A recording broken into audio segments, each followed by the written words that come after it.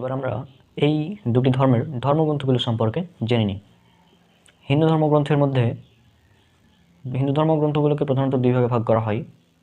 একটা হচ্ছে শ্রুতি এবং একটা হচ্ছে স্মৃতি। শ্রুতি হচ্ছে যা শোনা হয়েছে। শ্রুতির মধ্যে অন্তর্ভুক্ত হয়েছে বেদ এবং উপনিষদ এবং আরও অন্যান্য গ্রন্থ রয়েছে। আর এই যে বেদ উপনিষদ এগুলোই হচ্ছে সবচেয়ে বেশি বিশুদ্ধ ধর্মগ্রন্থ হিন্দু ধর্মগ্রন্থের। আর স্মৃতি হচ্ছে যা মনে রাখা হয়েছে। এগুলোর মধ্যে রয়েছে পুরাণ, ইতিহাস গ্রন্থের মধ্যে যেমন রামায়ণ, মহাভারত, তারপরে মহাভারতের একটি অংশ শ্রীমদ্ ভগবদ গীতা ইত্যাদি গ্রন্থ। তবে সবচেয়ে প্রধান ধর্মগ্রন্থ হচ্ছে হিন্দু ধর্মের, সেটা হচ্ছে বেদ।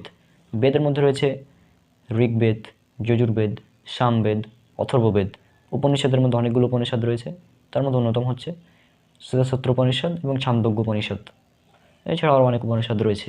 বেদ এবং উপনিষদ এটা হচ্ছে শ্রুতিশাস্ত্রের অন্তর্ভুক্ত এবং পুরাণ, মহাভারত ইত্যাদি হচ্ছে স্মৃতিশাস্ত্রের অন্তর্ভুক্ত।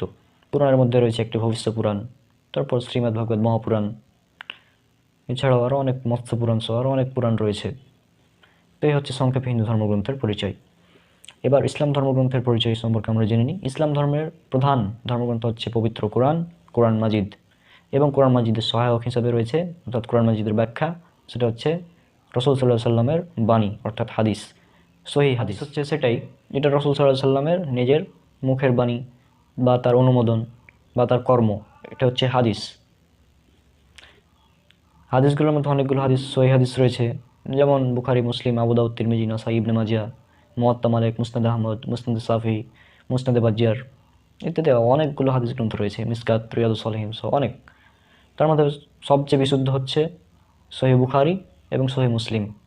পবিত্র কোরআনের পরে সবচেয়ে বিশুদ্ধ গ্রন্থ হচ্ছে সহিহুল বুখারী, তারপরে সহিহুল মুসলিম। বুখারী এবং মুসলিমের সবগুলো হাদিস সহিহ, এই ব্যাপারে মুসলিম উম্মাহ একমত।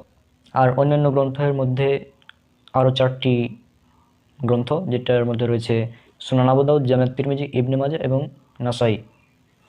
এই 4টি গ্রন্থ, এগুলোর মধ্যে সহিহ জয়ীফ মিশ্রিত রয়েছে, তবে অধিকাংশ হাদিস এগুলো সহিহ।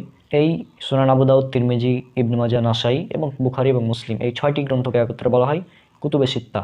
এই কুতুবে সিত্তার সবগুলো হাদিস যদি কেউ পড়ে, তাহলে সে ইসলামের ম্যাক্সিমাম জ্ঞান অর্জন করবে, অর্থাৎ একটি সাধারণ জ্ঞান ইসলাম সম্পর্কে, মানে চলার পথে যেগুলো প্রয়োজন সেগুলো সে জানতে পারবে যদি এই গ্রন্থগুলো সে পড়ে, পবিত্র কোরআন আর এই 6টি গ্রন্থ।